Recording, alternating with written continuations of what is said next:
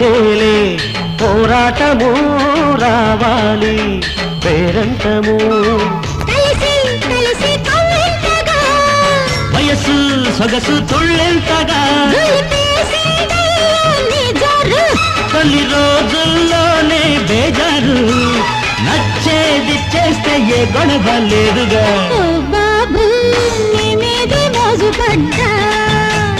ఓ baby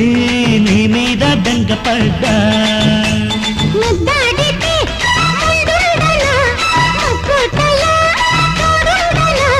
బీటే కొట్టేసి నా లైన్లో పెట్టనా